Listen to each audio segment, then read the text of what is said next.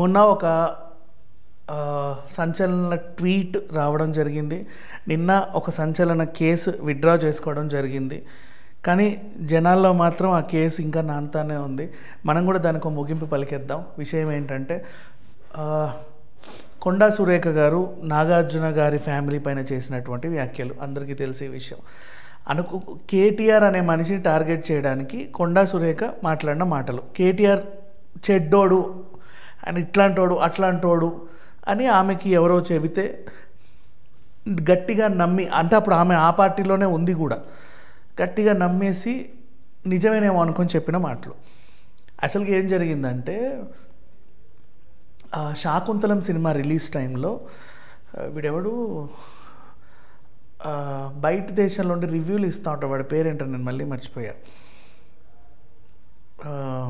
Dubai నుంచి reviews ఇస్తా అని చెప్పి సినిమా రిలీజ్కి ముందే రివ్యూలు ఇస్తూ ఉంటాడు, ఉమైర్ సంధు.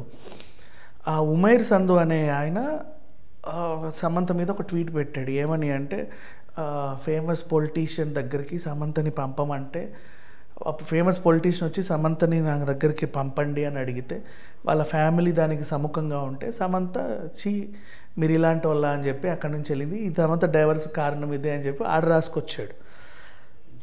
వాడు రాసింది చాలామంది ప్రచారం చేసి న్యూస్ లాగా రాస్తే, ఆ న్యూస్ కొండా సురేఖ గారు చదివి నిజం అనుకొని నమ్మింది. ఒక సిచ్యువేషన్లో కేటీఆర్ని టార్గెట్ చేయాల్సి వచ్చినప్పుడు, ఒరే నీ బుద్ధి లాంటిది, నువ్వు ఎలాంటి వాడువో తెలుసా అనేలాగా ఆ మాట మాట్లాడాల్సి వచ్చింది. ఆ మాట మాట్లాడడం వల్ల ఇటు నాగార్జున ఫ్యామిలీ హర్ట్ అయింది, బ్లేమ్ అయింది. బికాజ్ అంతకుముందే మన ఇదేంటి కన్వెన్షన్ కూల్చివేత అని చెప్పి ఉంది. ఆ టైంలో బిగ్ బాస్ నడుస్తూ ఉంది. నాగార్జున గారు లైమ్ లైట్లో ఉన్న టైంలో ఈ ట్యాగ్ అనేది నిజంగా ఒక టైప్ ఆఫ్ పెయిన్ఫుల్ ట్యాగ్. దీని మీద అందరు హీరోలు రియాక్ట్ అయ్యి సమంత సమంత సమంత అనడం, ఆర్జీవి గారు బట్టి ట్వీట్ చేసి అసలు సిచ్యువేషన్ ఇది కాదు ఇది అని చెప్పడం, ఓవరాల్గా అయితే ఆ ఫ్యామిలీ బ్లేమ్ అయింది నెట్లో. తర్వాత నాగ చైతన్య పెళ్ళి అండ్ ఎంగేజ్మెంట్ టైంలోను, అఖిల్ పెళ్లి టైంలోను ప్రతిసారి అండ్ టార్గెట్ అవుతా బాగా వైరల్ అవుతా వచ్చింది.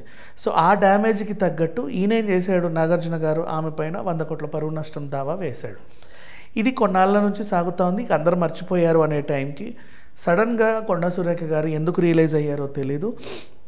అంటే మేబీ తను నమ్మిన వార్త అబద్ధం, అయ్యో అనవసరంగా అన్నానే అని తెలుసుకొని ఒక మంచి ట్వీట్ పెట్టింది. గతంలో నేను అన్న మాటల్ని వెనక్కి తీసుకుంటాను, మిమ్మల్ని క్షమించండి, తప్పు అయిపోయింది అని చెప్పేసి, తప్పుగా మాట్లాడానని చెప్పేసి ట్వీట్ పెట్టింది. తరువాత ఆవిడ మీద పెట్టిన కేసుని కూడా నాగార్జున గారు వెనక్కి విత్డ్రా చేసుకున్నారు అని ఇంకొక న్యూస్ వచ్చింది.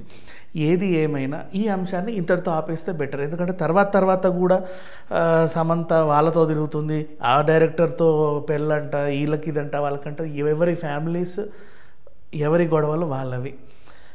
ఒకసారి ఒక చిన్న అధికారికంగా ప్రకటించి విడిపోయింది, అందరికీ తెలిసే విడిపోయింది. హ్యాపీగా ఎవరి పనిలో వాళ్ళు ఉంటున్నారు. ఆ అమ్మాయి ప్రొడక్షన్ రంగంలో ఉంది, తను నెక్స్ట్ ప్రాజెక్ట్స్ చేసుకుంటూ హ్యాపీగా ఉన్నాడు. నాగార్జున గారు కూడా తన సినిమాలు చేసుకుంటూ రేపు 100వ సినిమా కోసం కష్టపడుతున్నాడు. నిన్న శివ రిలీజ్ని కూడా గ్రాండ్గా సెలబ్రేట్ చేసుకున్నారు. ప్రస్తుతం బిగ్ బాస్ని కూడా హోస్ట్ చేస్తున్నాడు. ఈ సందర్భంలో కొండా సురేఖ గారు కూడా సారీ చెప్పడం జరిగింది. గతంలో జరిగిన ఈ ఇన్సిడెంట్ని ఇంకా అందరూ మర్చిపోతే బెటర్. ఇంతటితో మళ్ళీ ఎప్పుడు వీళ్ళ టాపిక్స్ వచ్చినా దీని గురించి మళ్ళీ మాట్లాడదు. వీళ్ళనే కాదు, అటు కొండా సురేఖ గురించి టాపిక్ వచ్చింది, ఎందుకంటే ఆవిడని కూడా ట్రోల్ చేస్తూ ఉంటారు. ఆవిడ ఇంగ్లీష్ సరిగా మాట్లాడలేదు, మిస్ యూనివర్స్లో ఏదో అనింది, మొన్న ఏదో ఆస్తుల గొడవ అంట, ఇట్లా అని చెప్పేసి వార్తలు రాసిన ప్రతిసారి దానితో పాటు గతంలో కూడా ఆవిడ చేసిన వ్యాఖ్యలు అని చెప్పి అంటిస్తూ ఉంటారు. వద్దు. సో ఆవిడ వ్యాఖ్యలు ఆవిడ వెనక్కి తీసుకుంది, ఇతని కేసు ఇతను వెనక్కి తీసుకున్నాడు అంటే ఈ అంశం గురించి ఇక నెక్స్ట్ మనం ఎవరో మాట్లాడకూడదు అని అర్థం. సో ఇక మీదట సమంత డివోర్స్ గురించి కానీ, నాగ చైతన్య పెళ్లి గురించి కానీ, ఇంకా ఏది నుంచి అయినా సరే సోషల్ మీడియాలో అనవసరపు వైరలింగ్ చేయకపోతే బెటర్ అనేది అభిప్రాయం. Thank you so much.